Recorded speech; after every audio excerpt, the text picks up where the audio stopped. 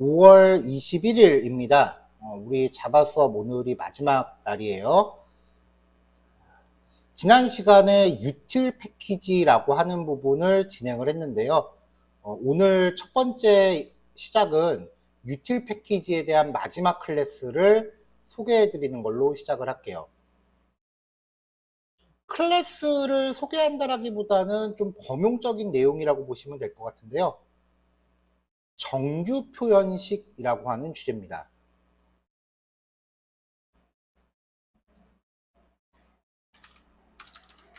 정규 표현식이요.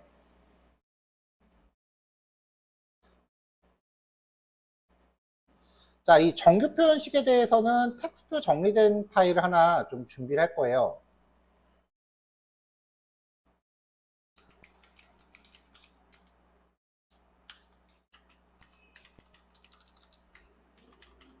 자, 유틸 패키지 안에 뭐 다른 내용들은 코드만으로도 충분히 설명이 되는데 정규 표현식이라는 주제는 조금 따로 정리를 해야 될 필요가 있어서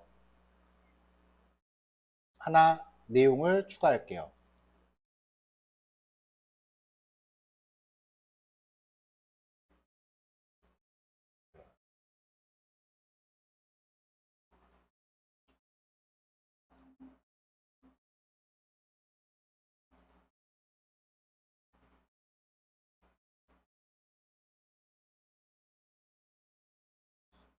잠시만요. 자, 필기한 거 다시 한번 체크합시다. 정규 표현식이라는 거는 문자열의 형식을 검사하는 수식이에요. 근데 이 정규 표현식이 자바에 종속되는 게 아니라 모든 프로그래밍 언어가 다 공유해요. 자바에서는 정규 표현식을 사용할 때 java.util.regx 패키지 안에 패턴이라는 클래스가 있는데 이 패턴 클래스에 스테이틱으로 매치스라는 메서드가 있어요. 스테이틱이니까 사용할 때 객체 만들 필요 없겠죠? 이렇게 해놓고 정규 표현식과 검사열 문자열을 주면은 이 문자열이 이 표현식에 부합할 경우 true를 받아내요. 그래서 주요 정규 표현식에 대해서 살펴볼 건데 이 정규 표현식 같은 경우는 크게 외우려고 노력 안 하셔도 돼요. 저도 정규 표현식들은 필요하다면 검색해서 쓰고 있고요. 그 다음에 이 내용을 잘 보관하고 있다가 필요할 때마다 복사 붙여넣기 하는 식으로 쓰고 있습니다. 볼까요? 많죠. 자바스크립트가 아니고 자바.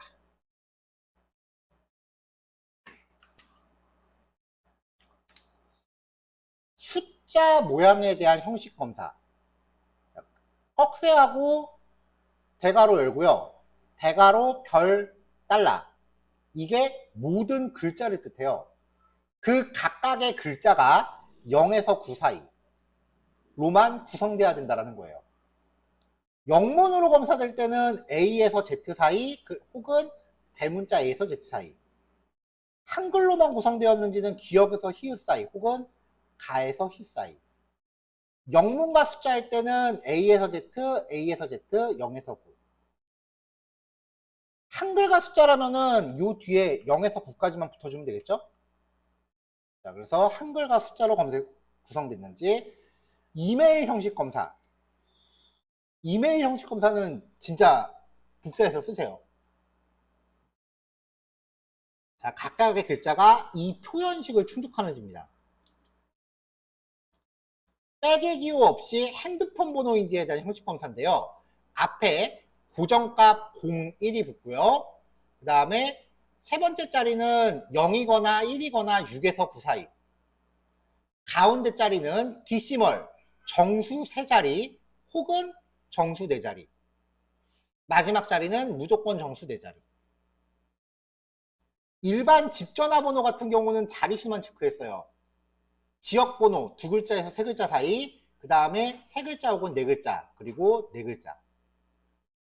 자, 마지막 주민번호에 대한 형식 검사인데요. 이 주민번호 형식 검사는 뺍시다. 왜냐면은 요즘은 주민번호 형식 검사가 법적으로 허용이 안 되기 때문에, 주민번호 수집 자체가 법적으로 허용이 안 되기 때문에 요 내용을 쓸 일이 없어요. 자, 이렇게 해서 정규 표현식에 대한 내용을 따로 전달을 해 드리고요. 이제 요걸 토대로 정규 표현식을 사용하는 예제를 좀 볼게요. 자, 새 파일에 ex12 정규 표현식점 자바입니다.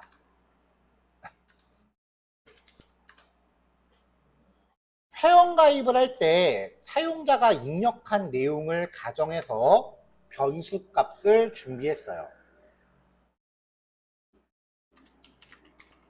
자, 사용자가 입력한 모든 값은 스트링입니다. 웹이나 모바일 환경에서 사용자가 입력한 모든 값은 스트링이에요.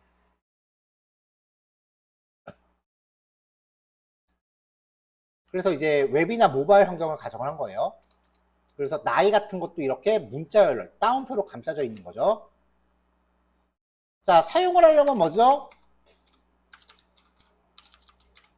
import java.util.regex.pattern 이라는 클래스를 임포트를 하고요.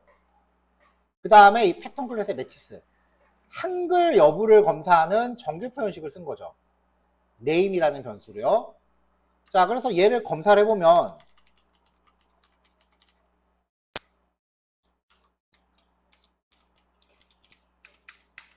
자, 지금은 name 값에 한글만 들어있으니까 세미콜론 안 찍었네요.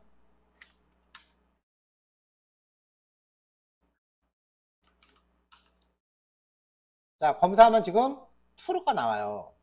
근데 만약에 name 값에 한글 이외의 글자가 섞여 있으면은 이제 fails가 되죠.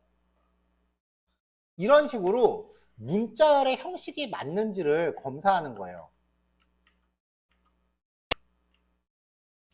그러면은 이제 우리는 요 if문을, 요 조건 값의 if문을 사용해서 만약에 fails면은 이름은 한글로 입력해 주세요 라고 합니다. 전체적으로 메서드 안에서 중간에 리턴하면은 죽지 중단하죠. 순서대로 검사를 할 건데 이름이 벌써 한글에 부합하지 않으면 나머지는 볼 필요가 없잖아요. 자, 이제 이런 식으로 나머지 예제를 한꺼번에 진행을 하죠.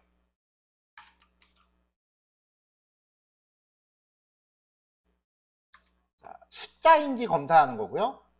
그래서 나이가 숫자 형식이 아니면 나이는 숫자로만 입력하세요. 이메일 형식 검사, 그래서 이메일 형식이 맞는지 여부, 핸드폰 번호 검사. 이 if문들을 모두 통과하면은 그때 회원가입 절차를 진행하는 겁니다. 자, 지금은 회원가입 절차를 진행합니다라고 나왔는데 만약에 전화번호 형식이 다르다. 그러면 이렇게 중간에 그 메시지를 표시하고 중단을 하는 거죠. 그러니까 이 예제는 이 값들의 내용을 여러분들이 이것저것 바꿔가면서 테스트를 하셔야 돼요. 자, 실수량이 좀 많죠?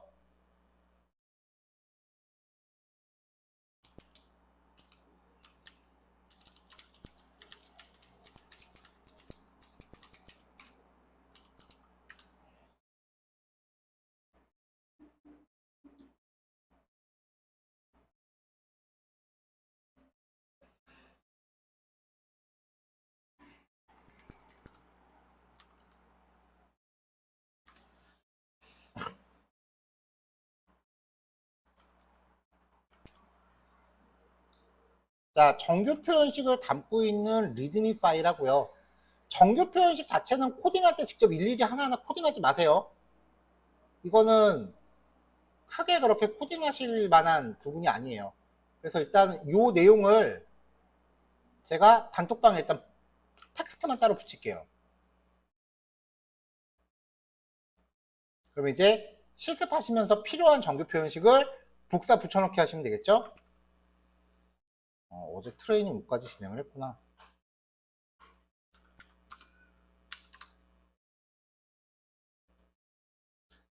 자, 그래서 일단 1교시는 요거 하나만 먼저 하겠습니다. 다음 예제는 이 정규 표현식을 우리가 매번 복사 붙여넣기 할 수는 없으니까 이걸 가지고 저번에 그 데이트 프린터 이런 거 만든 것처럼 언제나 호출할 수 있는 클래스를 하나 만들어 놓을 거예요.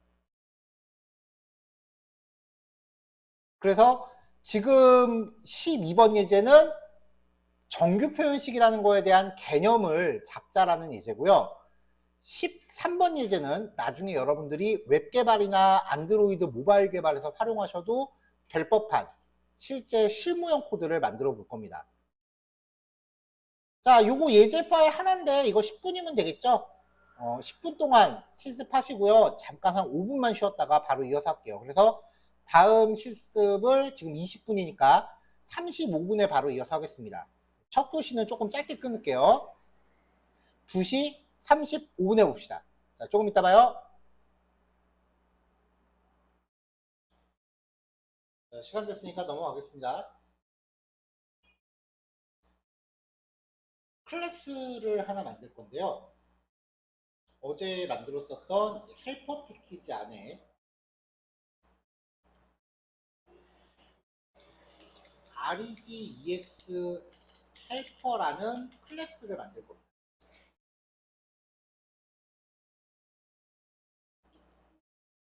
자, 이거 좀 어려워요.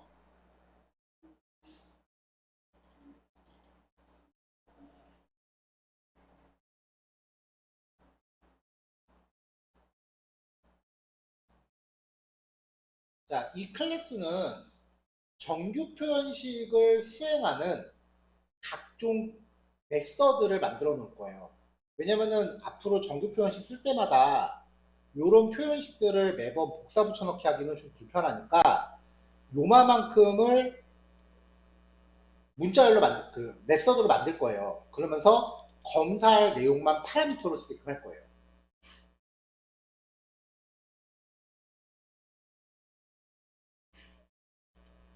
자, 예를 들면 이런 식이죠. 퍼블릭, 그 다음에 void 하고서 만약에 숫자인지를 검사할 거다 라고 하면은 이 메서드 이름을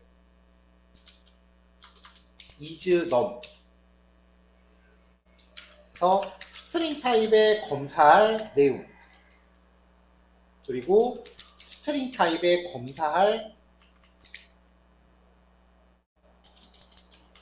검사가 이제 잘못됐을 때 표시할 에러 메시지. 자, 이렇게 해서 아까 사용했었던 이 숫자 형식인지 검사하는 요 내용 있죠? 자, 얘를 이제 사용을 한 다음에 파라미터만 채워주는 거죠. 인풋은 당연히 해야겠죠.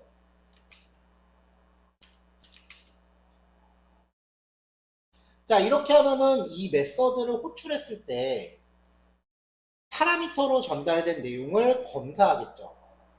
그럼 이 검사 결과를 이제 활용을 해야 되는데 파라미터로 전달된 내용이 숫자 형식에 부합하지 않으면 강제로 에러를 만들 겁니다. 그래서 if pattern.matches의 결과가 거짓이라면 throw new exception 하고서 파라미터로 전달된 두 번째 내용을 에러 메시지로 설정을 해요.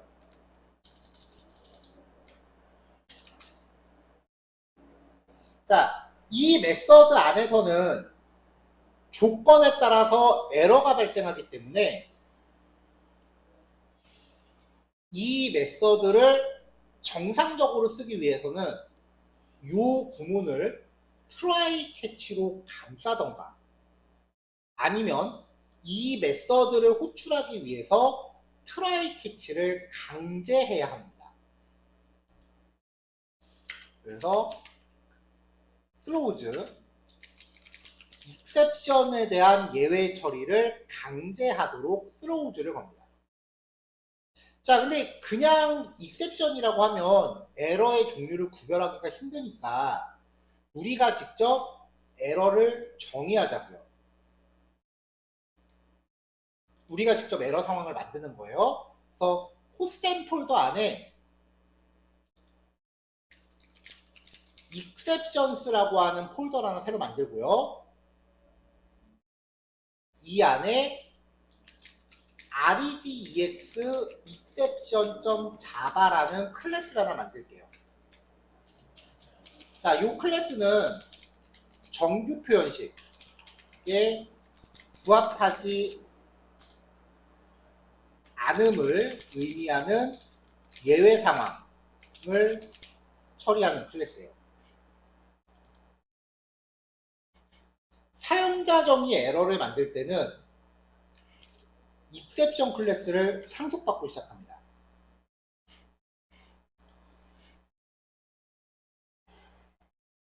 자, 그 다음에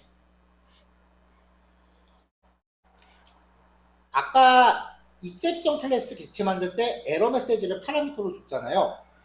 그럼 exception을 상속받으면은 얘도 자신의 생성자를 통해서 에러 메시지를 받은 다음에 그 에러 메시지를 부모 클래스한테 전달해야죠.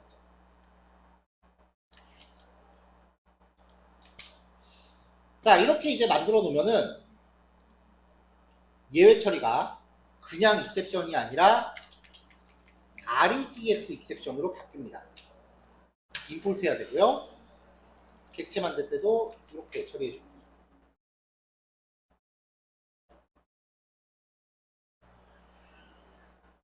자, 그럼 이제 이러한 형식으로 구성된 메서드를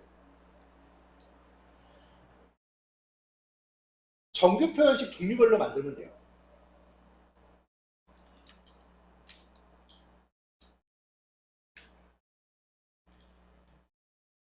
자, 지금 이 메서드는 숫자 모양에 대한 형식 검사예요.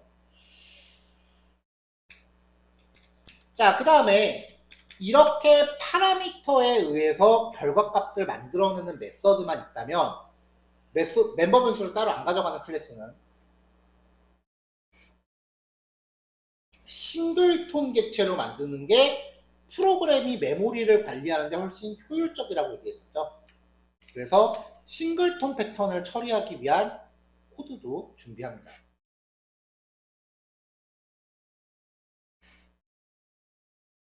정규 표현식하고 상관은 없지만 주어진 문자열이 입력이 됐는지 안 됐는지, 즉 공백이거나 널인지를 검사하는 메서드도 하나 추가할게요.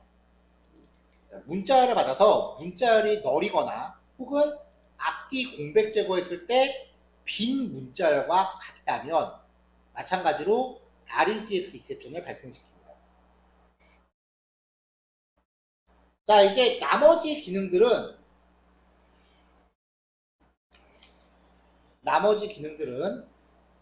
이 숫자 모양에 대한 형식 검사를 복사해서 에러가 났다면은 다 처리를 똑같이 할 거예요. 메서드 이름과 정규 표현식만 바꿔서 정규 표현식 종류별로 모두 추가합니다. 쭉 추가가 됐죠?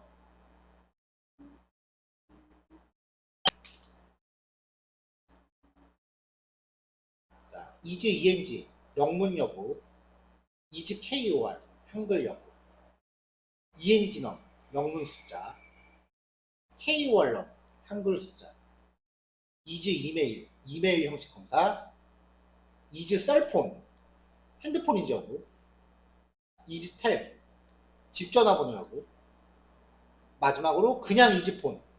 이거는 요즘 집 전화랑 핸드폰 번호를 안 가리는 경우가 많아서 핸드폰 번호를 충족하는지 여부 검사랑 집 전화번호를 충족하는지 검사를 같이 했어요. 그래서 두 개 다 부합하지 않으면, 둘 중에 하나라도 부합하면 오케이인데 집 전화번호도 아니고 핸드폰 번호가 동시에 아니라면은 전화번호 형식이 아니다라고 판단을 한 거죠.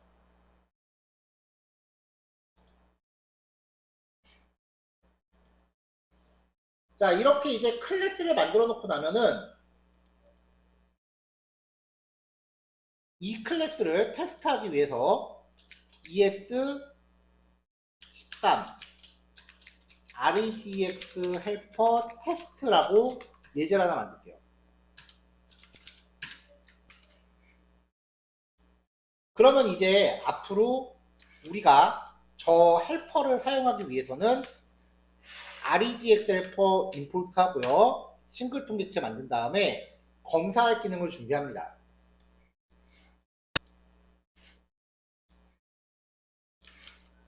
자, 일단 이름에 대해서 입력 여부를 검사해요. 그러면 이 메서드가 지금 throws,가 걸려있기 때문에 try 캐치를 강제하셔야 돼요. try 캐치가 강제됩니다.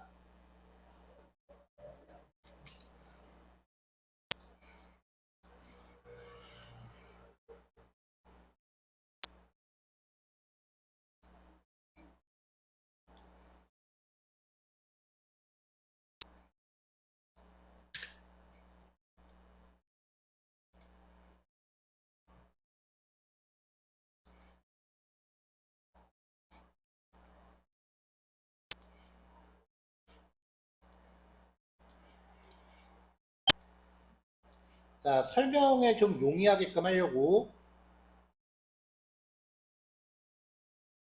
코드를 좀 재배치하고 있습니다.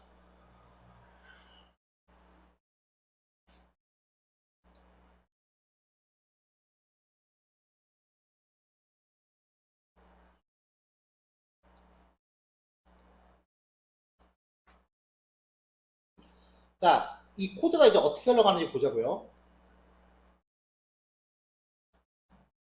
이름을 가지고 이제 정규 표현식 객체, 이 REGX를 갖고 있는 is 밸류를 호출했어요.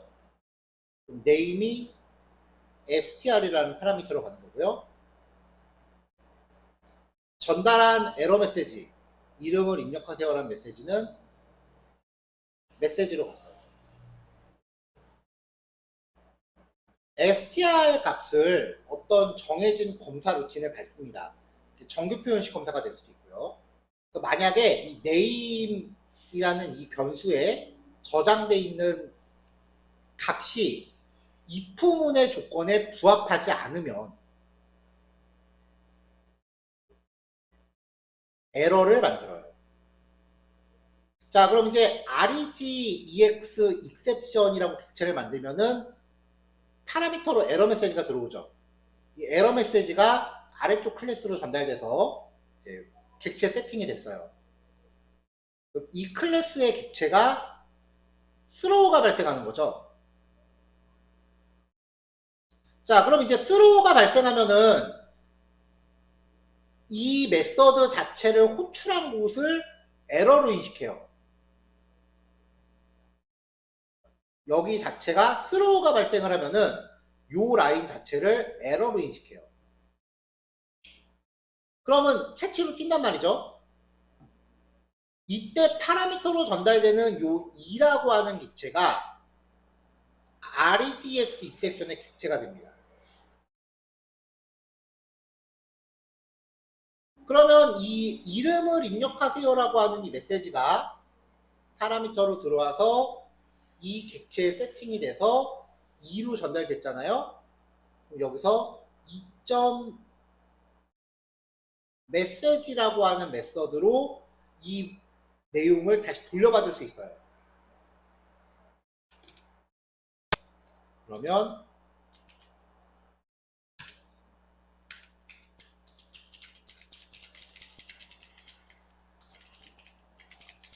system.error.println은 에러 메시지 출력 전용 명령이에요. 2.get message라고 호출하면은 이름을 입력하세요라는 내용을 돌려받을 수 있습니다. 그걸 에러 메시지로서 쓴 거죠.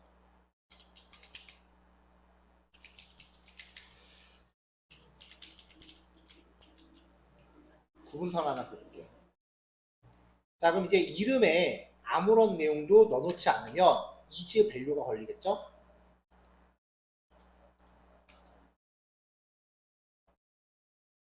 자, 제가 어디 세미콜론 안 찍었네요.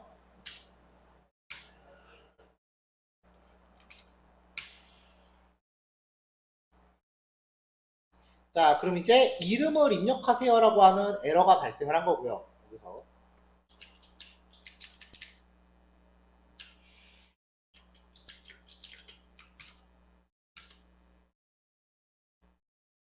에러, 이름을 입력하세요라고 나오고, 2.print stack trace는 에러의 종류와 메시지를 다 출력을 해줘요.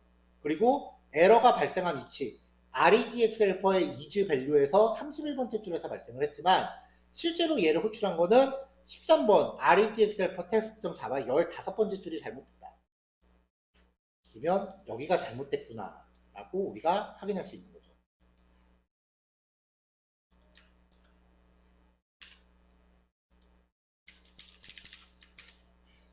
자, 그럼 이제 이런 식으로 내가 검사하고 싶은 항목들을 쭉 이렇게 메소드화 시키면 한글, 입력 여부, 숫자 여부, 입력 여부, 이메일 여부, 입력 여부, 폰, 전화번호 여부 이런 식으로 이렇게 쭉 검사를 하면 이 조건들 중에 하나에 위배됐을 때 그 메시지를 가지고 에러 객체가 캐치 쪽으로 들어온다는 거죠. 예를 들어서 전화번호, 이메일 주소를 임의로 이렇게 엉뚱한 식으로 놨다라고 하면은 이메일 형식이 잘못되었습니다라는 메시지를 갖고 캐치 블록이 시행이 될 거예요.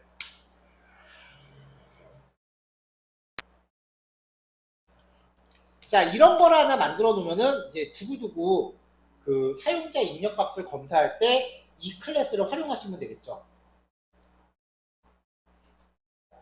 이 헬퍼라고 하는 클래스 안에 들어가는 요 기능들은요, 뭐 물론 데이트 프린터는 그냥 샘플로 만든 건데 무슨 헬퍼라는 이름으로 만들어지는 이 클래스는 실제로 제가 개발 업무에 쓰는 코드들이에요. 그러니까 이 헬퍼 클래스는 수업용으로 고안된 게 아니라 제가 진짜로 업무에 쓰려고 만든 코드예요. 그러니까 다른 예제들보다 난이도가 다소 좀 높을 수 있어요.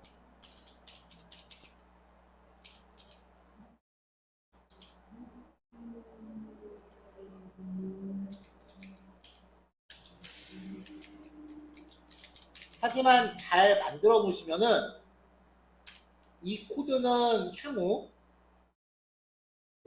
여러분들이 스프링을 하건 안드로이드를 하건 저 헬퍼 클래스는 계속해서 재사용하실 수 있을 겁니다.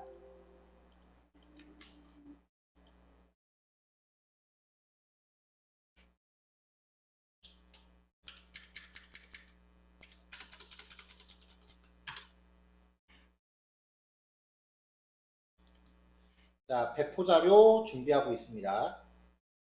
그래서 요 예제는 진짜 잘 완성해 놓으세요. 그러면은 좀 다른 과목 가서 충분히 활용이 가능하실 거예요.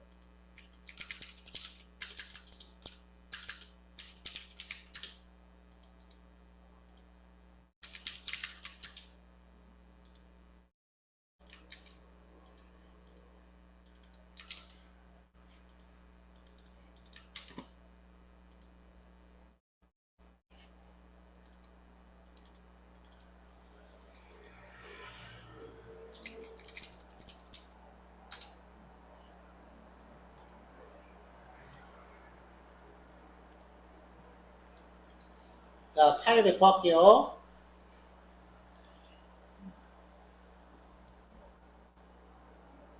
네, 다시 한번 말하지만 이 헬퍼는 진짜 실무용 코드니까요. 꼭 잘 완성해 놓으세요. 자, 지금 2시 55분인데요. 요거는 실습하는데 시간 좀 걸릴 거예요. 양이 좀 많죠. 그래서 3시 30분까지 실습 시간 할 거고요. 10분 쉬었다가 3시 40분에 28번 예제로 넘어갈게요. 자, 조금 이따 봅시다. 자, 다음 단원으로 이제 새로운 프로젝트를 생성하겠습니다.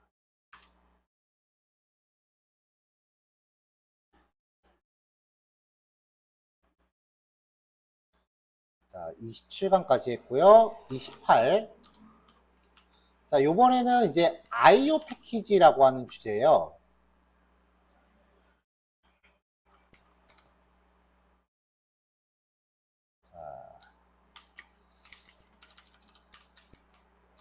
자바.io 패키지 있대요.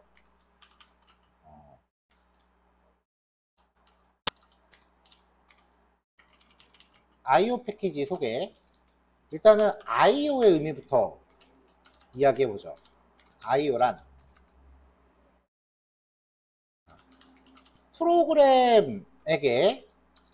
프로그램으로부터 데이터가 외부로 나가는 처리. 이거를 이제 아웃풋이라고 해요. 처리와 프로그램 안으로 데이터가 들어오는 처리. 이거를 인풋이라고 해요. 순서가 바뀌어야겠네요. 처리와 프로그램으로부터 데이터가 외부로 나가는 처리를 합쳐서 부르는 용어예요.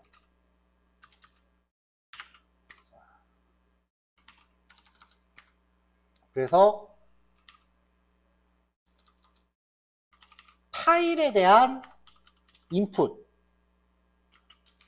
우리가 파일 열기라고 하고요. 혹은 파일 읽기라고 하고요. 그 다음에 파일에 대한 아웃풋을 파일 내보내기 혹은 파일 저장이라고 표현을 해요. 근데 이 대상이 네트워크로 바뀌면은 다운로드가 되고요.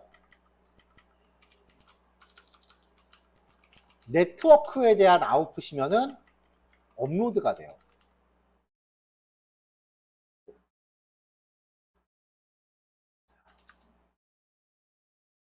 자, 여기서는 이제 첫 번째로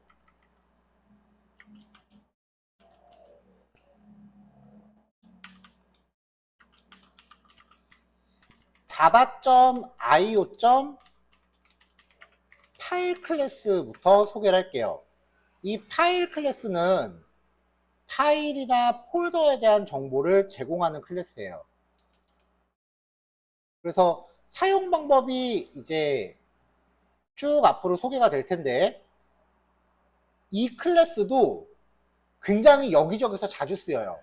특히 웹 개발을 목표로 하시면은 나중에 이제 업로드 같은 거 구현할 때 업로드된 파일의 정보를 핸들링하기 위해서 많이 써요.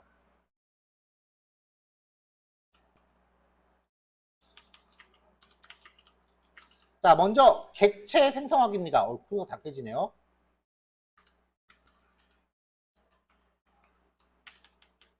자, 대상의 절대 경로를 통해서 객체를 만드는 경우,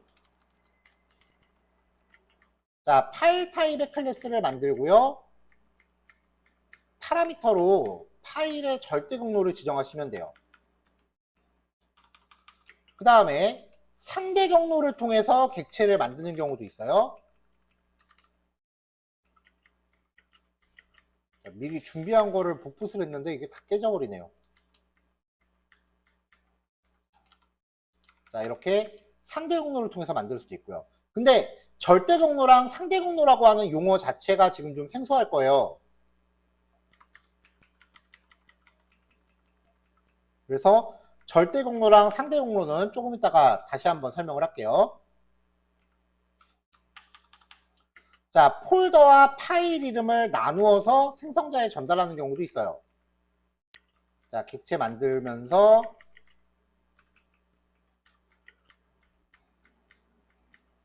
폴더 경로랑 그 다음에 파일 이름을 나눠서 이렇게 만드는 경우도 있어요. 이 클래스의 특징은요, 주어진 경로의 파일이나 폴더가 실제로 존재하지 않더라도 객체 생성은 가능해요. 이렇게 이제 파일 객체를 만들고 나면은 이 파일 객체를 통해서 각종 메서드들을 사용할 수 있습니다.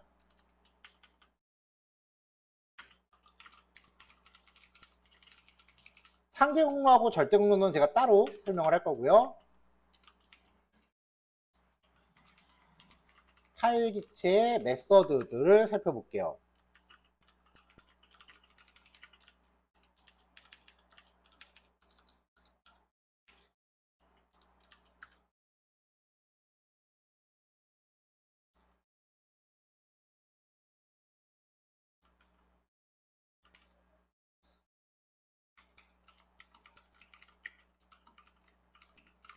자, 여기도 정리 좀 합시다.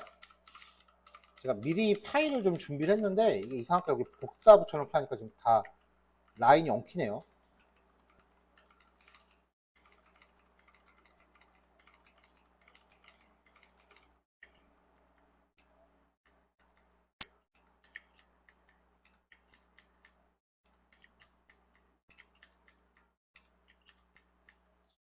자, 불린을 리턴하는 엑시스트 메서드. 존재하지 않을 경우에 fails를 리턴해요.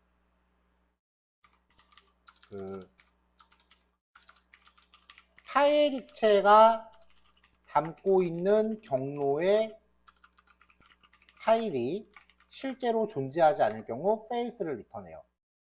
is 파일은 파일 객체가 담고 있는 경로의 파일이 마찬가지로 실제로 존재하지 않거나 폴더면은 fails를 리턴해요. is 디렉토리는 그 파일이 존재하지 않거나 파일인 경우에 fails, 폴더면은 true겠죠. is hidden은 파일 객체가 담고 있는 경로의 파일이 숨긴 파일이거나 폴더인지를 검사합니다. 그 다음에 get absolute pass는 절대 공로 값을 추출하고요. mkdirs는 폴더를 생성하고 delete는 삭제를 합니다. 자, 자꾸 상대 공로, 절대 공로라는 용어가 나오는데 그럼 상대 공로, 절대 공로가 뭐냐? 절대 공로부터 봅시다.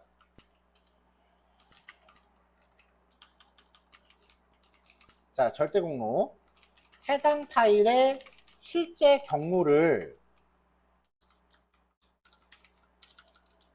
하드디스크의 최상위 위치부터 순차적으로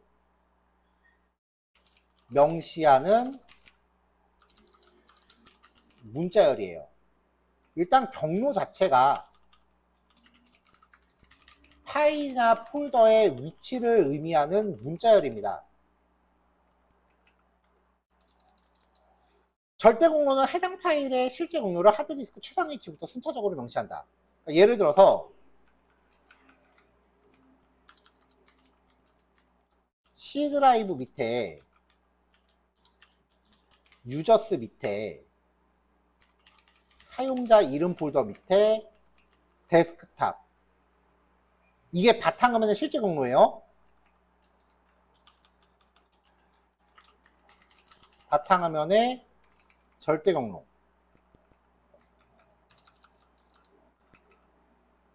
이거는 표로 정리합시다.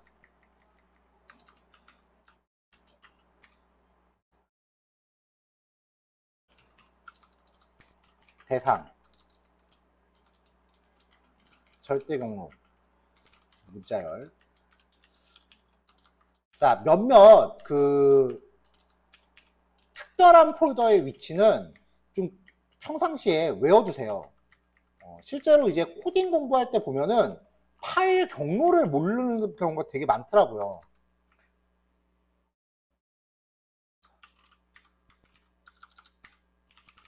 다운로드 폴더, 데스크탑이 아니라 다운로드. 바탕화면보다 더 중요한 게 사용자 홈 폴더예요. 사용자 홈 디렉토리라고 만드는데 보통 이렇게 표시를 합니다.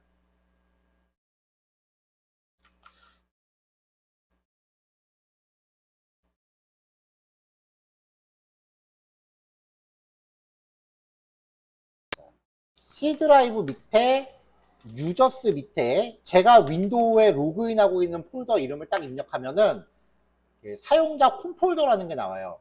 이 안에 우리가 사용하는 각종 폴더들이 이렇게 존재합니다.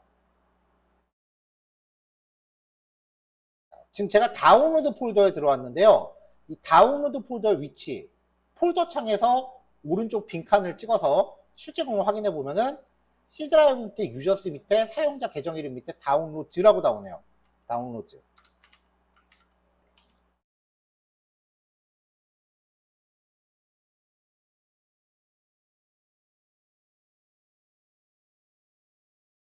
윈도우에 보면 C 드라이브 밑에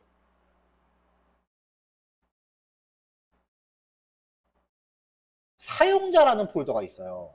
근데 이게 딱 들어가면 C 드라이브 밑에 사용자라고 나오는데 실제로 경로 찍어보면 유저스로 표기돼요. 사용자라고 하는 게 실제 폴더가 아니라는 거죠. 윈도우스 표시값. 사용자 홈 디렉토리는 C 드라이브 밑에 사용자라는 이름으로 나와요. 이 밑에 사용자 이름 이렇게 표시가 되는데 이게 실제 폴더는 유저스 폴더라고요. 사용자라고 하는 게.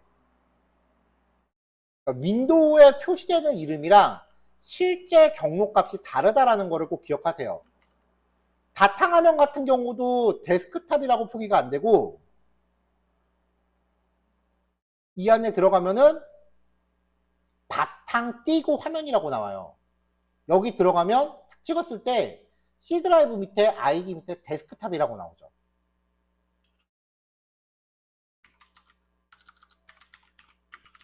바탕화면.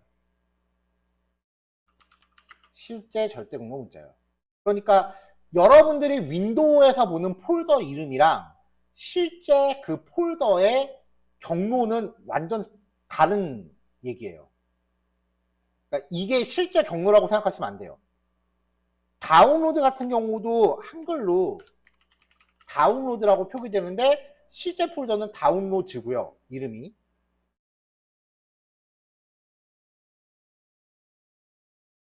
문서.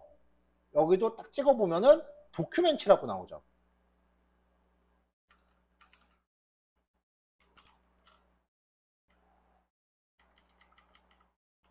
문서라고 표현이 되는데 실제 폴더는 도큐멘츠라고 나온다고요.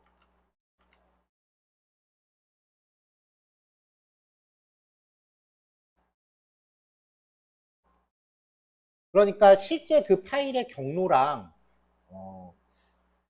컴퓨터 상에서 그 경로에 위치할 수 있는 실제 문자열은 다르다라는 거 꼭 기억하세요.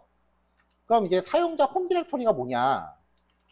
사용자 홈 디렉토리는 운영체제에 로그인한 개개인에게 부여되는 개인 폴더예요.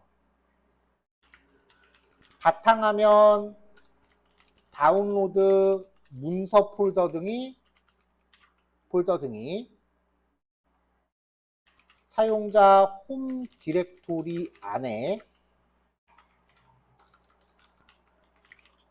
위치하고 있습니다. 그러니까 바탕화면, 다운로드 이런 거는 윈도우에 로그인할 수 있는 아이디를 여러 개 만들면 사용자마다 각각 다르게 관리가 됩니다. 자, 이게 이제 절대 경로란 얘기고요. 그 다음에 상대 경로.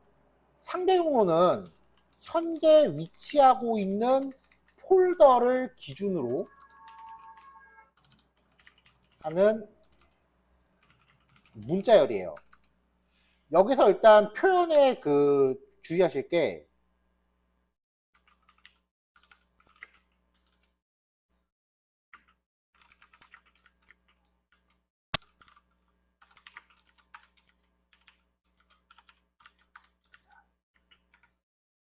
점 이거는 현재 폴더를 의미합니다. 점은 생략 가능해요.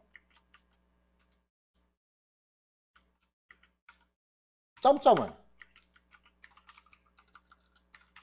상위 폴더를 의미해요.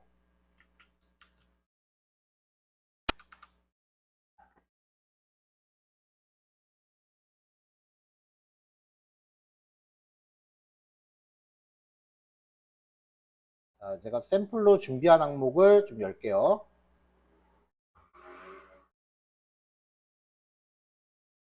파이썬 쪽에 있나? 여기 있다.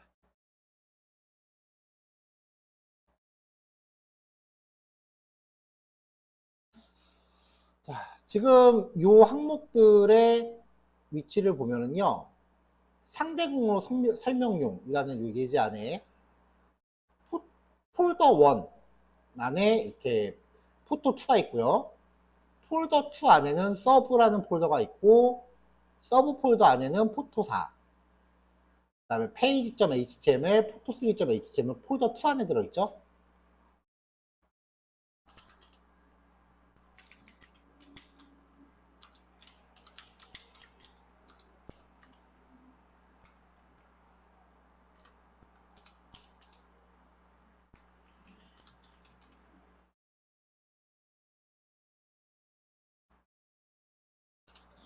자, 요 폴더의 현재 위치를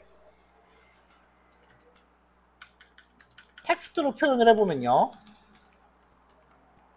네, 이런 식으로 설명할 수 있을 것 같아요.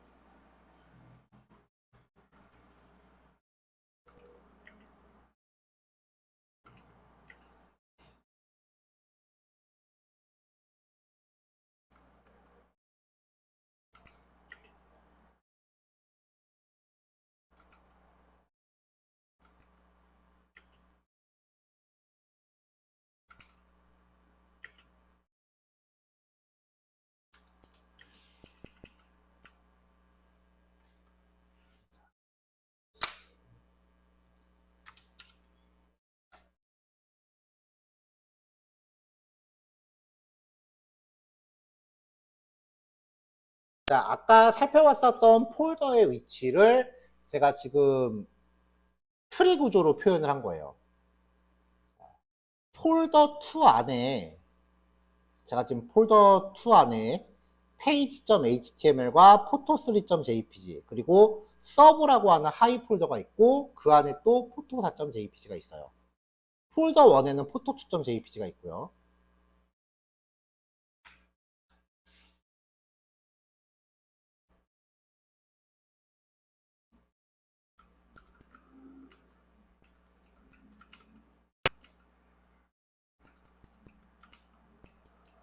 자, 파일들만 조금 더 깊게 표시할게요.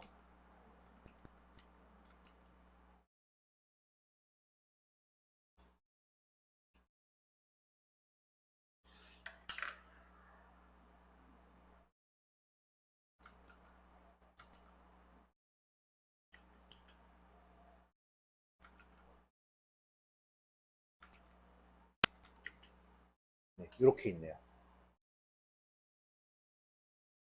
자, 지금 제가 위치하고 있는 곳이 폴더 2 아니라고 가정합시다. 폴더 2가 현재 위치하고 있는 곳이에요.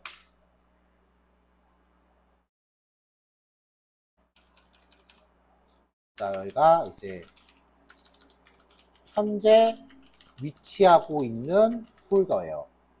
이 폴더를 기준으로, 내가 현재 위치하고 있는 폴더를 기준으로 다른 파일들의 위치를 상대적으로 표시하는 거예요. 여기가 기준이에요. 자, 이 기준을 토대로 page.html은 page.html 혹은 현재 폴더 안에 있으니까 점/page.html입니다. 그럼 photo3.html도 마찬가지겠죠? photo3.html 혹은 점/photo.html.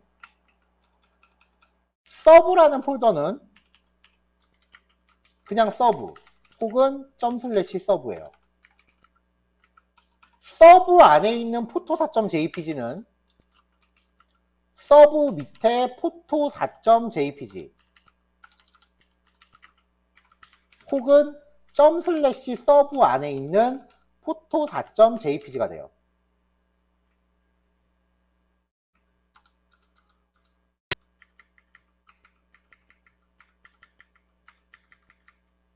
자, 그러면 내가 지금 위치하고 있는 폴더 2를 기준으로 폴더 1으로 가려면 포토 1부터 보죠. 자, 현재 내가 위치하고 있는 폴더에서 위로 한 칸 올라가야 되잖아요. 폴더 2 안에 있으니까 여기서 위로 한 칸 올라가서 포토 1으로 가야 돼요. 그래서 점점 슬래시 포토 1.jpg가 돼요. 폴더 2 같은 경우는 점점 슬래시 폴더 1이 되고요. 포토2.jpg는 점점 슬래시 폴더 1 밑에 포토2.jpg가 돼요.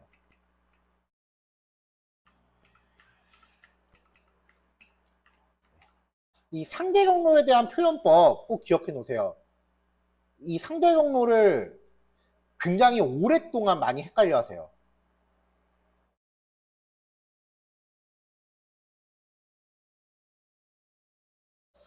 자, 요번 예제에서는 이제 이 파일 객체 메서드를 좀 볼 거예요.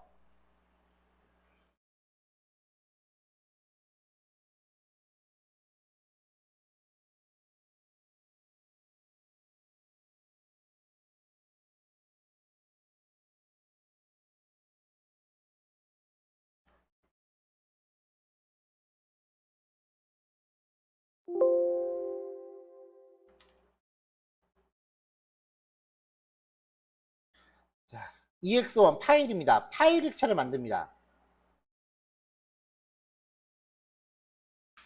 자, 상대 경로를 사용할 경우 현재 프로젝트 폴더가 기준이 됩니다. 그러니까 지금 여기서는 28번 IO 패키지라는 이 폴더 자체가 기준이 돼요. 자, 현재 폴더 기준으로 test.txt라는 파일의 객체를 만듭니다. 그런 파일이 없죠. 자, 이 파일에 대해서 각종 검사 결과예요.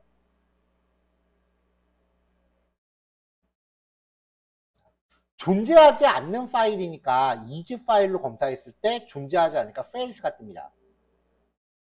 폴더인지 검색합니다. 결과 담았는데 폴더가 아니니까 존재하지 않으니까 fails. 그리고 숨긴 파일인지도 검사했는데 존재하지 않으면 fails. 하지만 경로값을 가져오는 거는 무리하지 않게 가져와요. get absolute pass. 자, 절대 공로를 쭉 이렇게 만들어 오죠. IO 패키지라는 폴더 안에 현재 폴더 안에 test.txt. 자, exist 실제로 존재하는지 검사. 존재하지 않으니까 fails 떨어지죠. 그럼 여기에다가 test.txt를 만들어 볼게요. 자, 아무거나 내용 넣고요. src 안에 들어가는 거 아니에요. 자, 이제 다시 실행하면 파일인지 검사합니다. true. 파일 맞죠? 폴더인지 검사합니다. 폴더 아니죠? 숨긴 파일 아니고요. 절대 공로 뽑았고 존재하는지 여부 검사하면 존재하는지 여부 true. 이렇게 파일이 있는지 없는지를 기준으로 해서 각종 정보를 확인하는 클래스가 파일이에요. 자, 요번엔 두 번째. A 밑에 B 밑에 C 밑에 타겟이라는 이름의 폴더를 만들어요. 자, 얘도 is 파일. 지금 그런 거 없잖아요. 없으니까 fails, fails, fails 절대 공로는 만들어낼 거고 존재하지 않으니까 fails일 거예요. 자, 이 F2 객체로요. mkdir이라고 하면은 make 디렉토리예요. 그러면은 이 최종적으로 있는 타겟이라는 폴더만 생성하려고 듭니다. 하지만 거기까지 도달하는 데 걸리는 중간 과정 폴더가 없기 때문에 생성이 실패하고 에러나요. 근데 mkdirs 복수 형태죠. 이렇게 mkdir스라고 명명하면은 중간 과정 폴더가 없어도 땅굴 파면서 다 들어가요. 만들면서 들어간다는 얘기죠. getName이라고 호출하면 전체 경로값 중에 마지막 슬래시,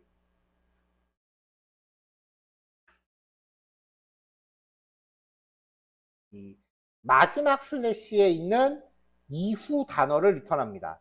타겟을 리턴하는 거죠. getParent라고 하면은 마지막 슬래시 전까지의 경로를 리턴해요.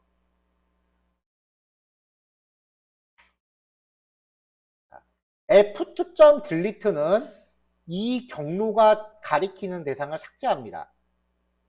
근데 이때는 맨 마지막에 있는 최종 경로만 삭제하지 ABC는 안 지우고 남아있을 거예요. 처음 실행하면은 검사했을 때 전부 다 없으니까 fails가 뜨겠지만 만들었죠, 여기서. 또 실행하면은 결과가 바뀌어 있을 겁니다. 자, 쭉 실행을 하고 나면은 여기 A라는 이름의 폴더가 생기고요. 그 밑에 B, C. 여기 밑에서 지금 삭제까지 했으니까 삭제 성공 여부 true 나왔죠. 그러니까 마지막에 타겟은 없을 거예요. 타겟 폴더까지 보시고 싶다면은 마지막에 이 내용을 주석으로 막고 다시 실행하시면 타겟 폴더까지 있겠죠. 자, 한번 또 실행하면 이제 폴더가 있죠. 그러니까 파일인지 검사해라. 폴더니까 fails, 폴더냐 true. 숨김 아니고요. 절대 공로 쭈루룩 나왔고 존재 여부, 존재하니까 true죠. 자, 요게 이제 파일 클래스가 제공하는 기능들인데 이 기능들도 나중에 웹 개발할 때 아까도 얘기했지만 파일 업로드 관련해서 굉장히 많이 쓰일 거예요. 그러니까 이 기능들은 제가 자주 쓰이는 기능은 아까 리드미 파일에 그 표로 정리를 해놨잖아요. 그 내용들을 보고서 각각의 기능들이 어떤 역할을 하는지 유추할 수 있도록 훈련을 해 놓으세요.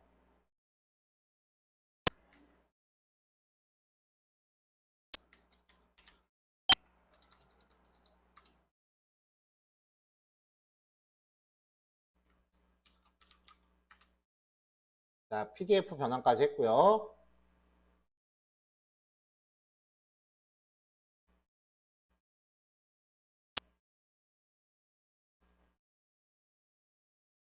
자, PDF 변환이 잘 됐는지 한번 확인해 볼게요.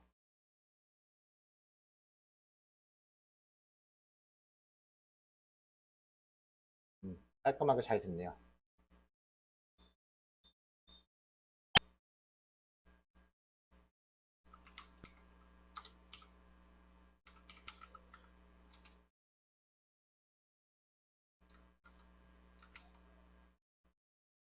자, 배포하려고 이제 파일 압축하고 있습니다.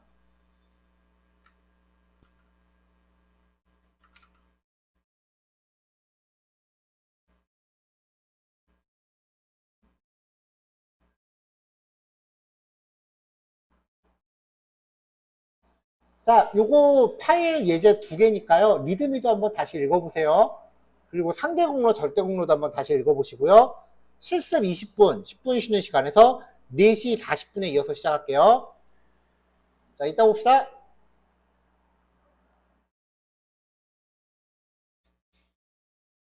자, 요번에 같이 살펴볼 내용은요.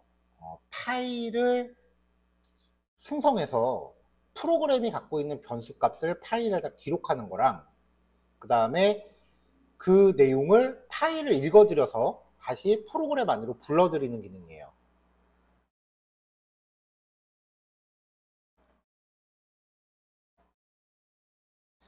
자, 우리가 자바에서 스트링 타입의 변수를 만들죠. 스트링 A는 hello라고 만든다고 쳐요. 이거를 a.txt라고 하는 메모장 파일에다가 hello라고 기록을 할 거예요. 그러면 이제 문자열 변수를 파일로 내보내야 되는데 컴퓨터가 관리할 수 있는 궁극적인 형태는 뭐 이런 식으로 이루어진 기계어라고 했죠.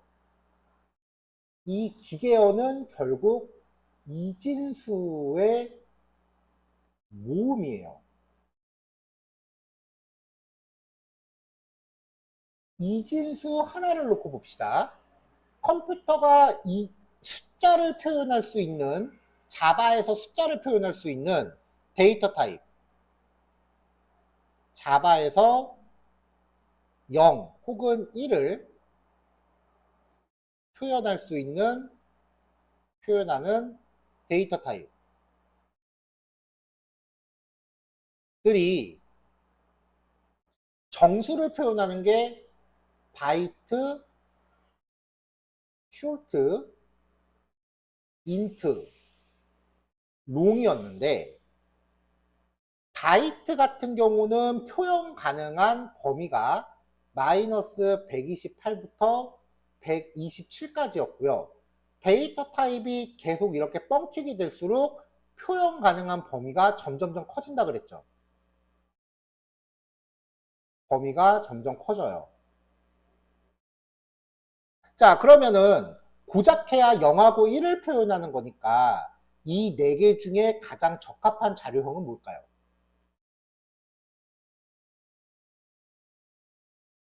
바이트겠죠? 표현 범위가 가장 적은 게 아무래도 좀 더 효율이 좋겠죠. 용량이 작으니까.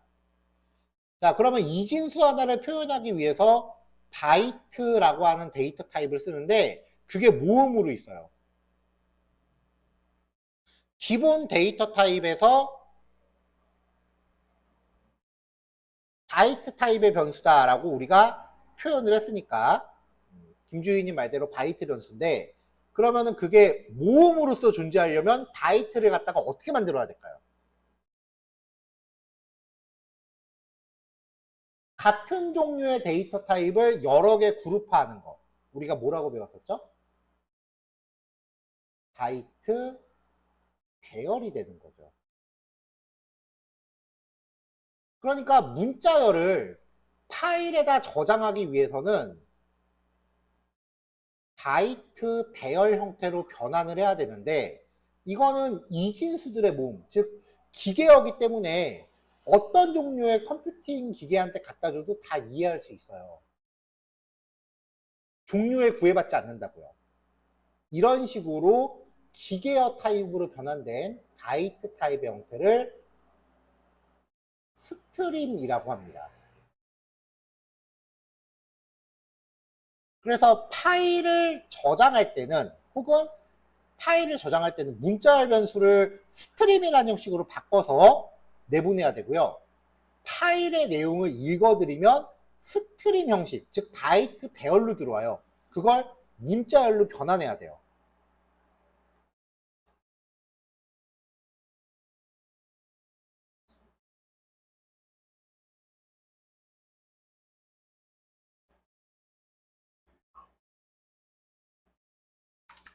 자, 그래서 샵 03 파일 입출력에 대해서 이야기를 할 건데 일단 첫 번째로 살펴봐야 될 개념이 스트림이라는 개념이에요.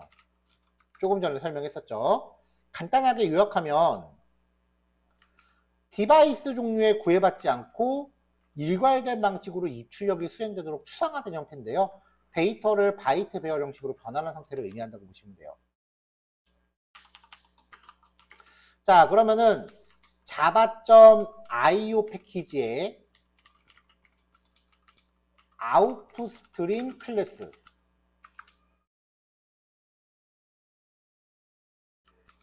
아웃풋스트림 인터페이스입니다. 참.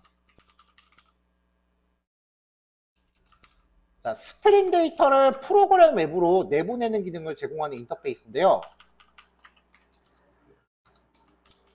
아웃풋 스트림의 구현체 클래스 이름, 클래스하고 설명,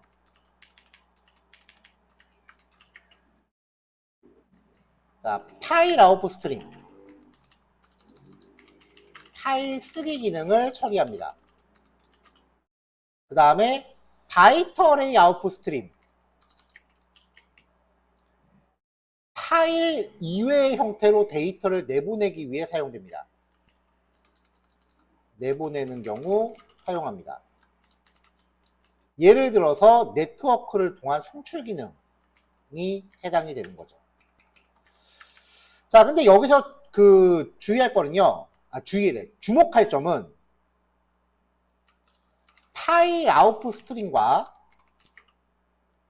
바이트 어레이 아웃풋 스트림은 모두 동일한 인터페이스를 구현하고 있기 때문에 포함하고 있는 메서드가 같습니다.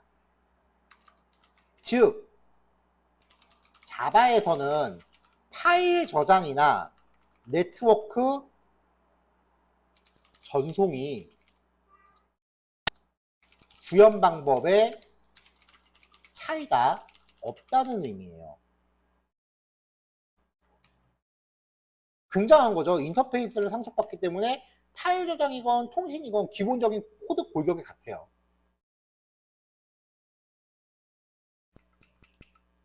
자, 여기서는 지금 파일 처리를 보는 거기 때문에 파일 아웃풋 스트림을 통한 파일 쓰기 패턴을 먼저 살펴볼게요. 파일 아웃풋 스트림을 통한 파일 쓰기 패턴.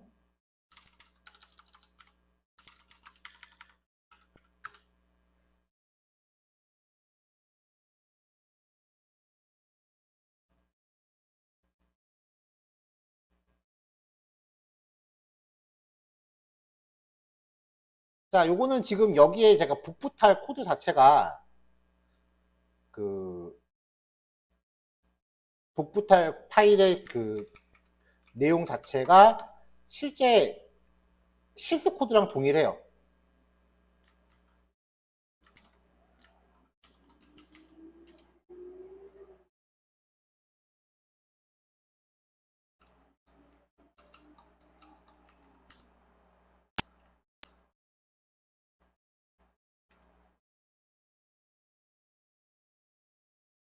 자, 저장할 파일의 경로.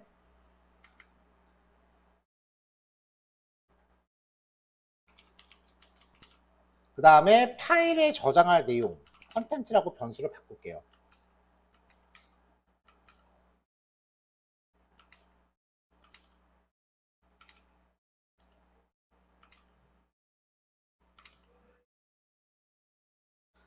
자, 이 코드인데 이 코드를 제가 지금부터 하나하나 실제 구현하면서 과정을 좀 볼게요. 새 파일 ex03 파일 저장점 자바입니다.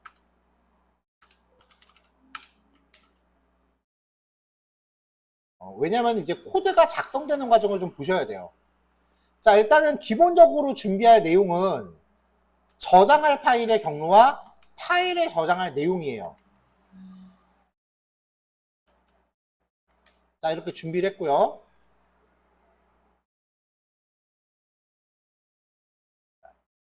이제 저장할 내용을 스트림, 즉 바이트 배열로 변환을 할 겁니다. 변환을 할 때 바이트 배열의 버퍼는 저장할 내용 content.get bytes라고 하면서 인코딩 방식을 적용하면 돼요. UTF-8 인코딩 방식이 이제 언어 설정하는 거라고 보시면 되겠죠. 근데 빨간 줄이 가요. 왜냐면은 빨간 줄이 갔을 때 여기 넣고서 정구를 눌러보면은 Surround with Try Catch라는 메뉴가 있어요. 이게 무슨 뜻이냐면은 이 코드를 작성하는데 예외 처리가 강제되어 있다는 뜻이에요. 클릭하겠습니다. 자, 그럼 이렇게 예외 처리가 강제됩니다. 주석은 지울게요. 여기 나오는 에러를 보면은 unsupported encoding exception, 지원하지 않는 인코딩 방식에 대한 에러, 즉 여기에 명시하는 값이 지원하지 않을 경우에 발생하는 거라고 하는데, 쉽게 말하면 여기 오타 낼까봐 예외 처리하는 거예요. 자, 그럼 이제 버퍼라는 애를 이제 기록을 할 거예요.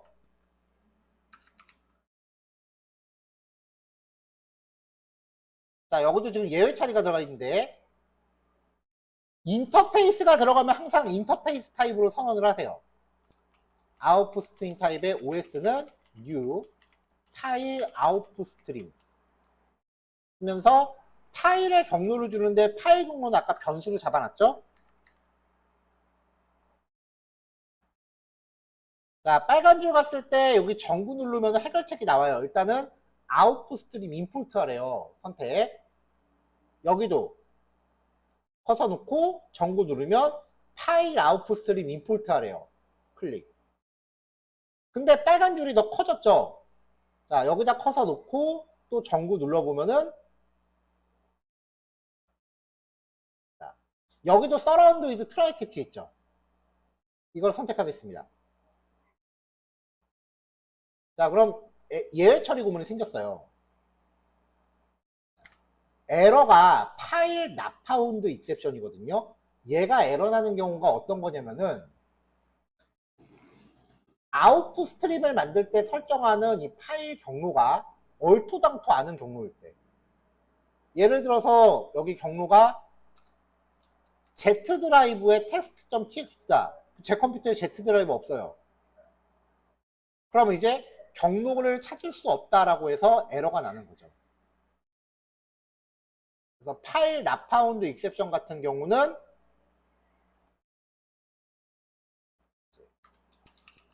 system.err.println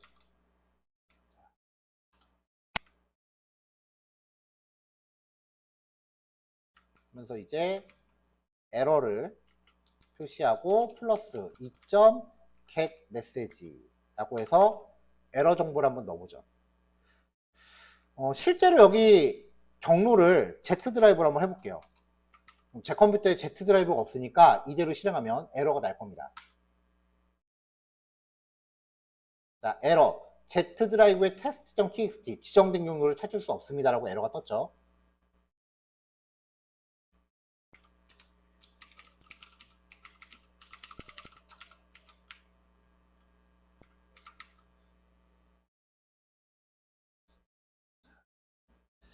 자, 만약에 파일 경로가 정상적이었다면 파일이 문제없이 생성이 될 겁니다.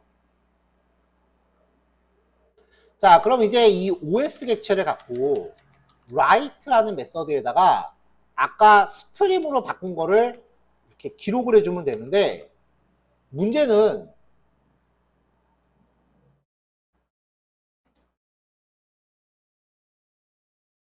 이 버퍼라고 하는 객체가 트라이몬 안에 선언됐다고요. 그래서 얘는 밖으로 빠져나올 수가 없어요. 얘가 이 밖으로 빠져나오려면은 선언 자체가 위에 돼야 돼요. 그래서 이 버퍼의 선언을 한 단계 위로 올립니다. 일단은 나중에 할당할 거니까 너를 대입해 놓고 트라이 안에서 이렇게 할당을 하는 거죠. 그럼 이제 요 버퍼가 여기에서 이제 적용이 되겠죠? 근데 또 빨간 줄 가요. 자, 전구 눌러봅시다. add catch close surround try. surround try. 뭔가 예외 처리가 추가되는 거죠. 자, 여기서 다시 add catch close, 캐치 블록 추가. 이걸 누르면 밑에 IO exception에 대한 캐치 블록이 추가돼요. 자, 여기서도 에러를 이렇게 처리할게요. 자, 이 상황은 뭐냐면은 저장하다가 하드디스크 용량이 부족하다거나 뭐 이런 이유로 저장에 실패한 경우예요.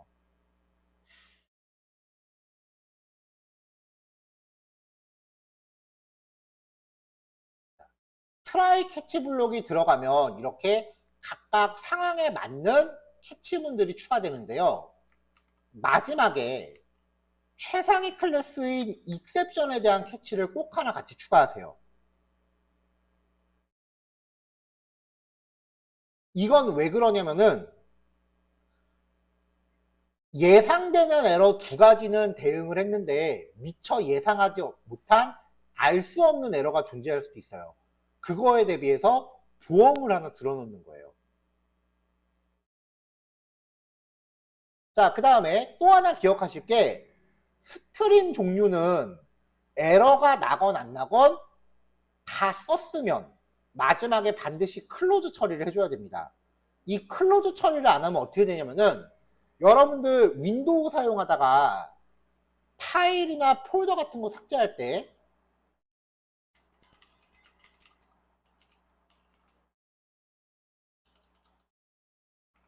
그 현재 파일이 사용 중이라서 혹은 다른 프로그램에서 사용 중이라서 삭제하거나 뭐 수정할 수 없다 뭐 이런 메시지가 있어요.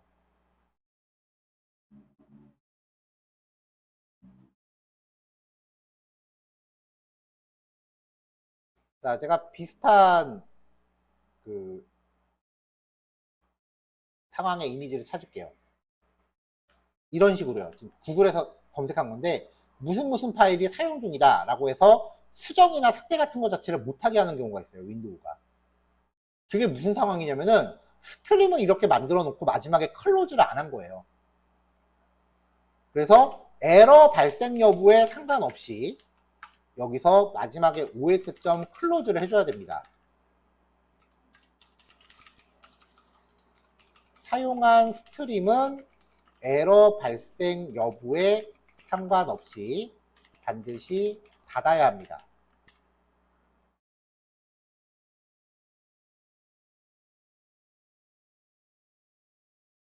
자, 근데 여기서도 지금 아웃풋 스트림이 트라이 블록 안에서 만들어졌기 때문에 밖으로 빠져나오질 못합니다. 그래서 여기서도 마찬가지로 선언부를 위로 빼줘야 돼요.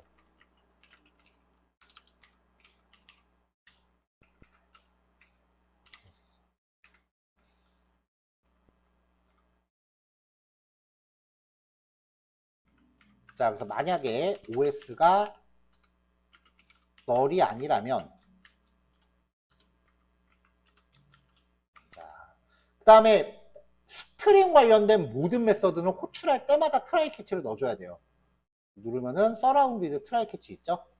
이렇게 해서 마무리 하시면 돼요.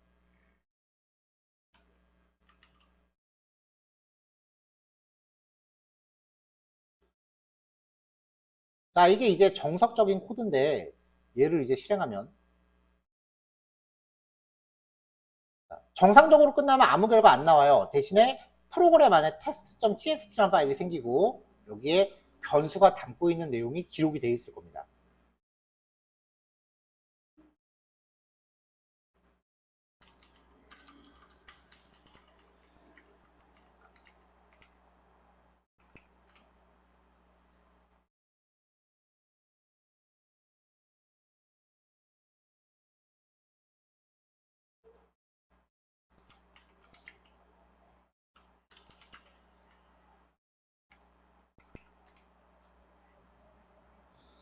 자, 이게 굉장히 정석적인 코드인데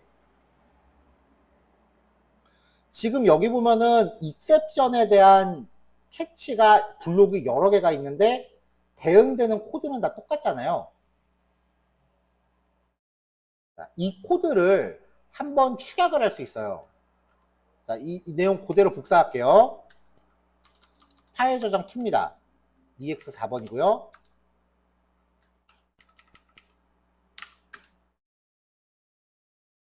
캐치 블록이 여러 개가 중첩돼 있을 때 4 파일 저장 2 캐치 블록이 여러 개가 중첩돼 있을 때 요 에러 상황들을 오어 표시할 때 쓰는 파이프라인으로 이렇게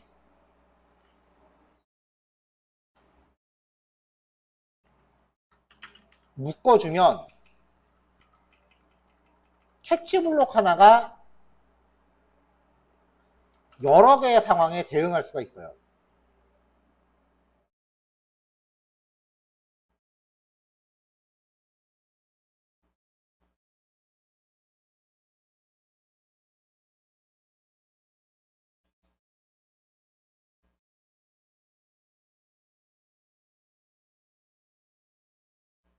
파일 not found exception에 대해서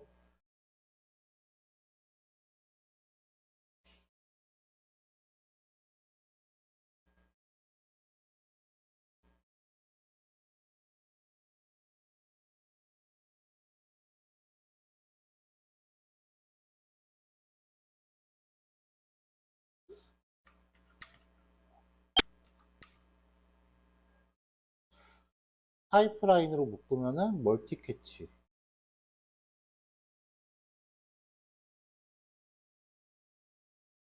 아, 얘네들은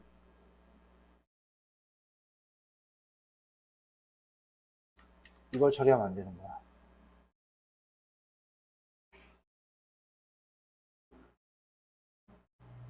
아, IO 익셉션 요구한다. 네, 요거는 안 되네요. 네, 상속 관계가 좀 복잡하게 들어가기 때문에 이 경우는 뭐 커버가 안 된대요. 자, 그럼 이제 이렇게 처리를 하고요.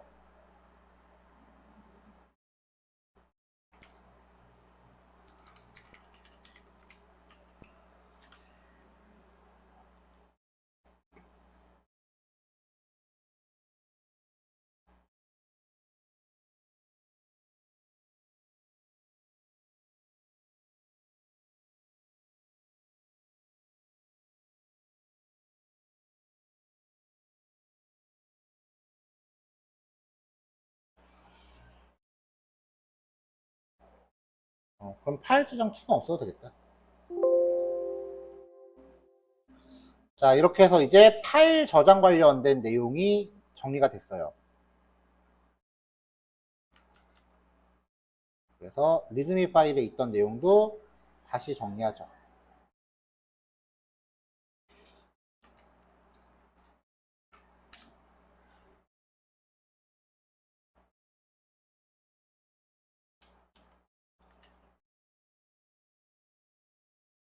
자, 이게 이제 파일 아웃풋 스트림을 사용한 파일 쓰기 패턴이고요. 그럼 파일 읽기 패턴도 필요하겠죠?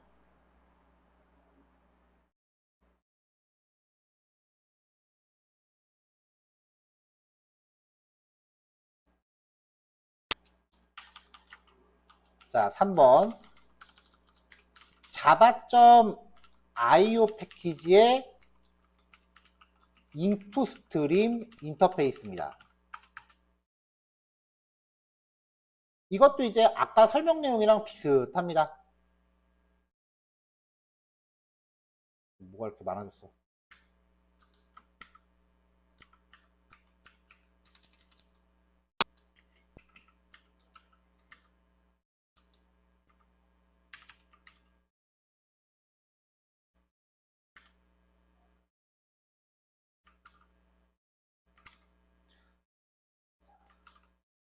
자, 파일 인풋 스트림, 바이트 어레이 인풋 스트림.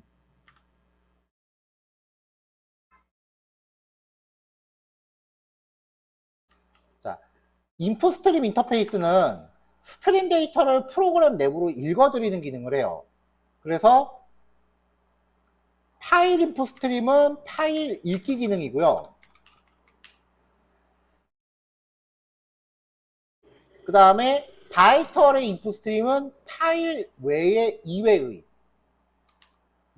형태로 데이터 이외의 형태로 존재하는 데이터를 가져오는 경우, 예를 들면 네트워크를 통한 수신 기능.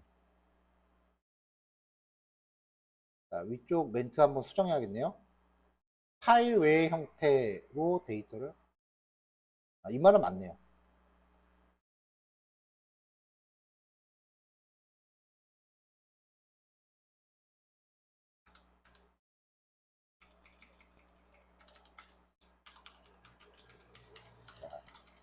파일 인풋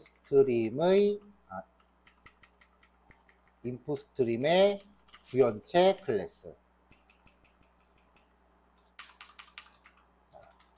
이 중에 파일 인풋 스트림을 통한 파일 읽기 패턴.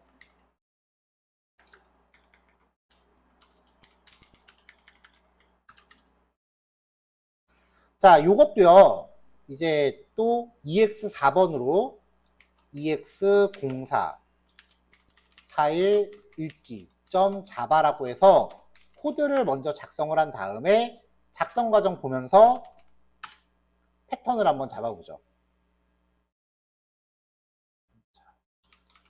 스트링 타입의 파일 패스는 아까 생성한 test.txt로 잡을게요.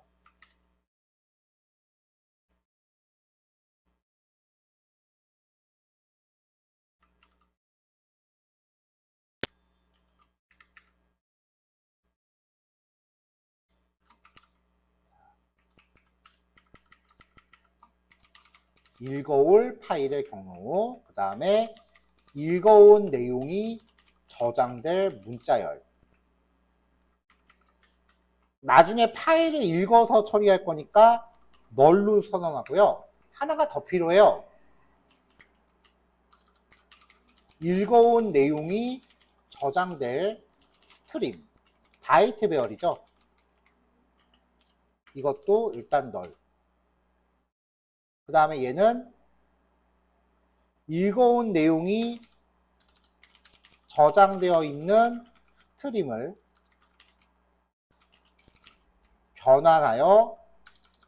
변환할 문자열입니다. 스트림이 변환될 문자열. 그러니까 이 파일의 내용을 이 버퍼라는 곳에 담은 다음에 그걸 문자열로 바꿀 거예요. 자, 그럼 처리 과정 아까랑 좀 비슷합니다.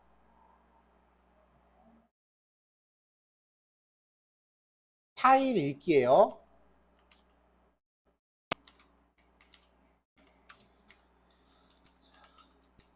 인풋 스트림의 is는 널 해놓고 is는 new 파일 인풋 스트림 하면서 파일 패스를 겁니다.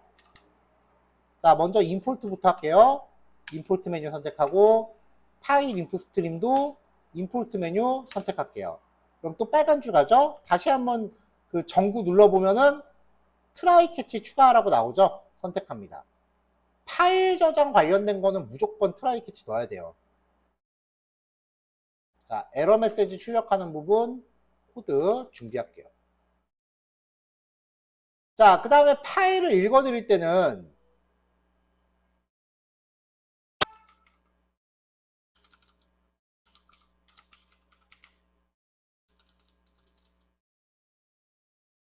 일단 파일의 크기, 용량이에요. 만큼 바이트 배열의 사이즈를 생성을 합니다. 요 스트림은 지금 없어도 되겠다. 아, 미안해요. 있어야겠네요.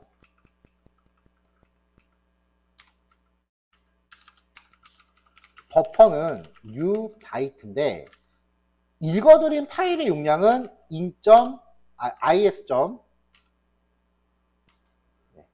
어빌리어블이라는 값을 호출하면은 파일의 용량을 알아와요. 읽어드린 파일의 용량. 근데 또 빨간 줄 가네요. 전구 있으니까 전구 눌러볼게요. 자, 캐치문 추가하라고 하죠. 얘도 IO 익셉션에 대한 게 필요해요.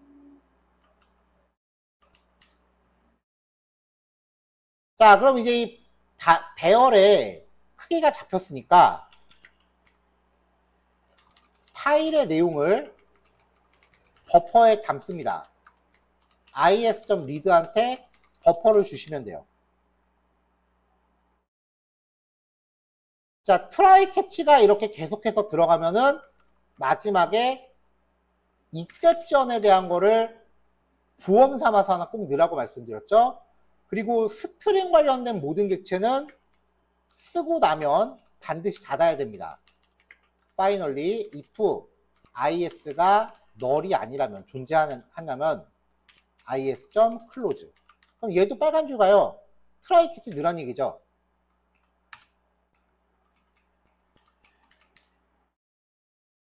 자, 이렇게 하면은 이 버퍼라고 하는 바이트 배열에 읽어드린 파일의 내용이 기록이 돼요.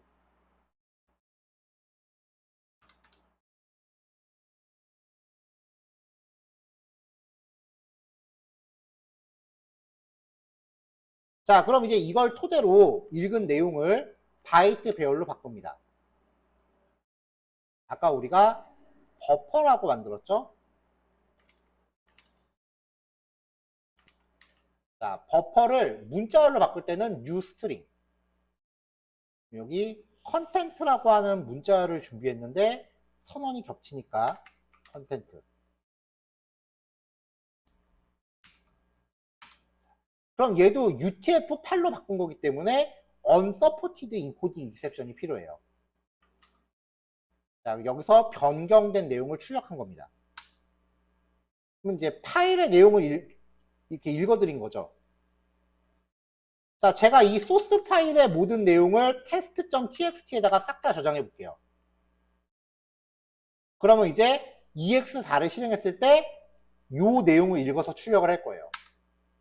이렇게.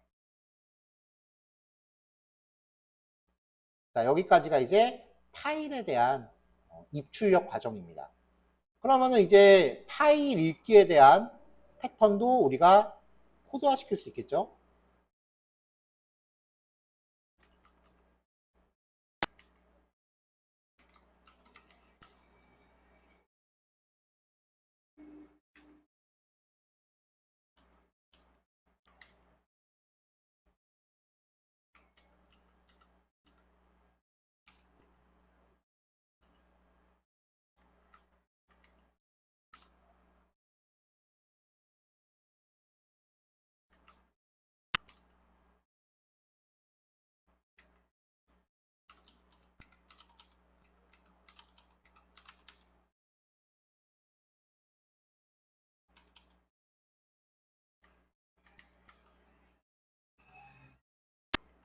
이렇게.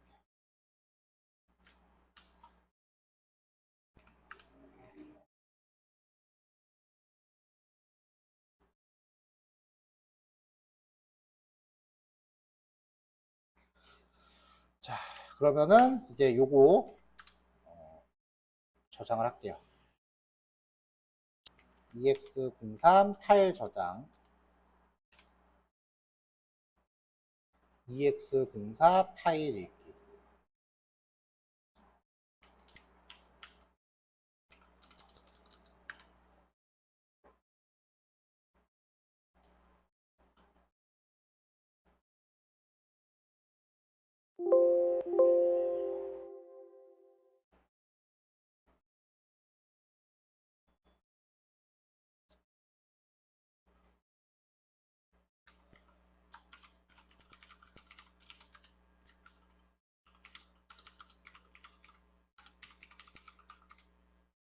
자, 리드미 파일 내용 추가됐고요.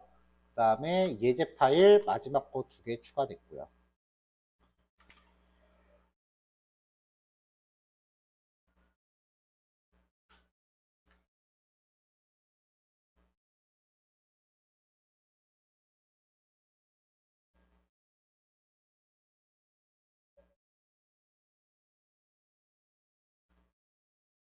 자, 파일 전송했습니다. 여기까지 해서 이제 우리가 자바라고 하는 것에 대한 기본 API들까지 살펴봤어요. 이 이후에 그 책 기준으로 남아있는 내용이요. 1번 비동기 처리라고 하는 내용이 있을 거예요. 이게 이제 스레드라고 하는 부분이고요. 2번째가 네트워크 처리.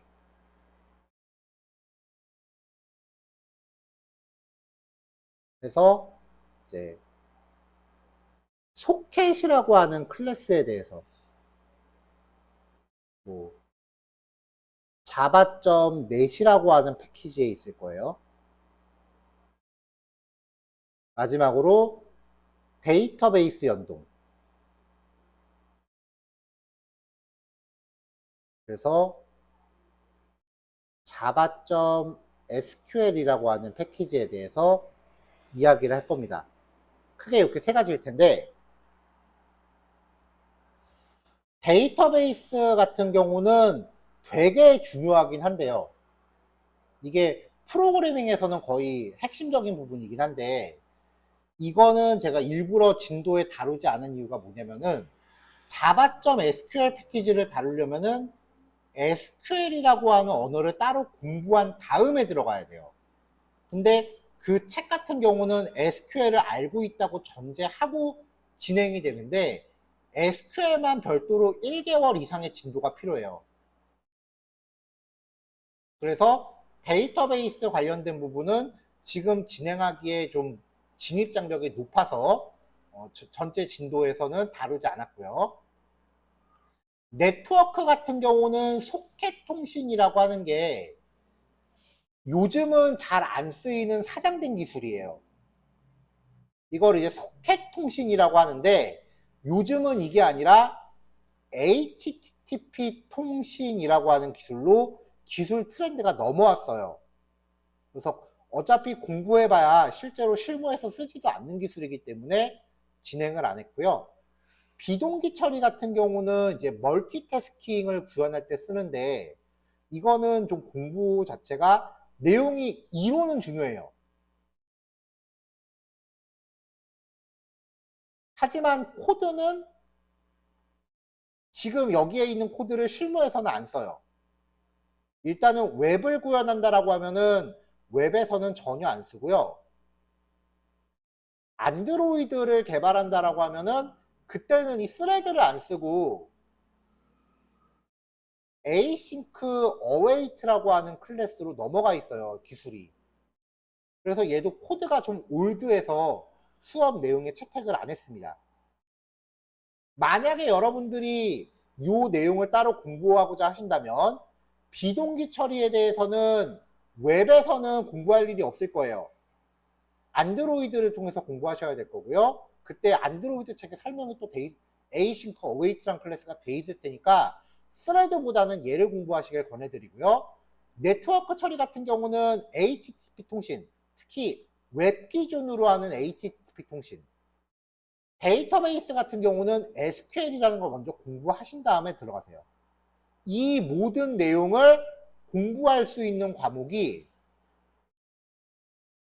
자바를 공부하셨으니까요. 요 상위 과목에서 이 내용들을 다루고 있어요. 그래서 굳이 안 쓰이는 코드로 지금 개념을 잡는 것보다는 상위 과목에서 현재 실무에서 쓰이는 코드를 통해서 개념 정리하시는 게 더 좋겠다라고 생각을 해서 얘네는 다루지를 않았습니다. 이런 비슷한 얘기를 우리가 1개월 차 때 제가 한번 얘기를 했을 거예요.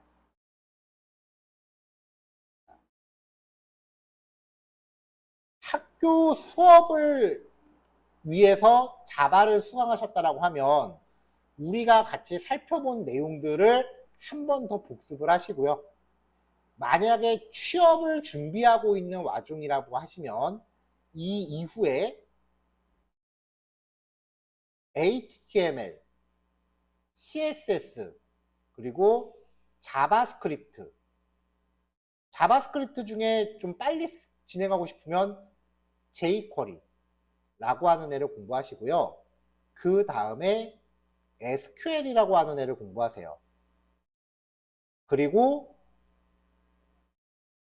스프링이라고 하는 애를 공부하시면 이제 웹 개발자가 됩니다.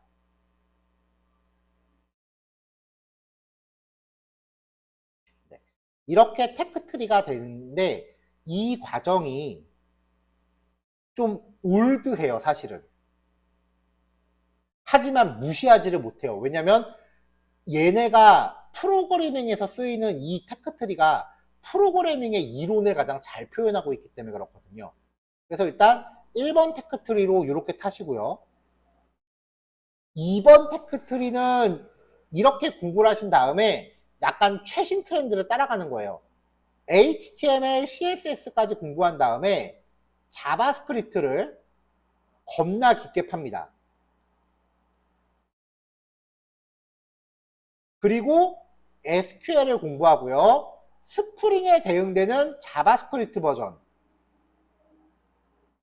노드.js라고 하는 걸 공부하시고 그 다음에 프론트엔드 처리 기술인 리액트.js라는 게 있어요.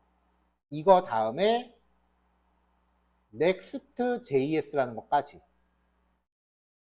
하얀색으로 전개되는 거는 정석적인 테크트리고요. 자바스크립트에서 자바스크립트를 엄청 깊게 판 다음에 노드.js, 리액트.js, 넥스트.js 자바스크립트 세계관을 좀 더 확장하는 거죠. 이게 최신 트렌드 기술이에요. 지금 말씀드린 이 과목들을 토대로 해서 앞으로 여러분들이 점점 이제 실력을 완성해 나가는데 어떤 방향으로 공부하는 게 좋을지 방향성을 잡는 데 도움이 되시면 좋겠습니다. 자, 오늘 수업 여기까지고요. 여기까지 해서 이제 제가 2개월 동안 준비한 내용 전부 마무리를 하겠습니다. 앞으로 공부하시는데 우리 같이 살펴봤었던 내용들이요. 꼭 도움이 되기를 바라겠고요. 그 유튜브에 올라가 있는 영상은요.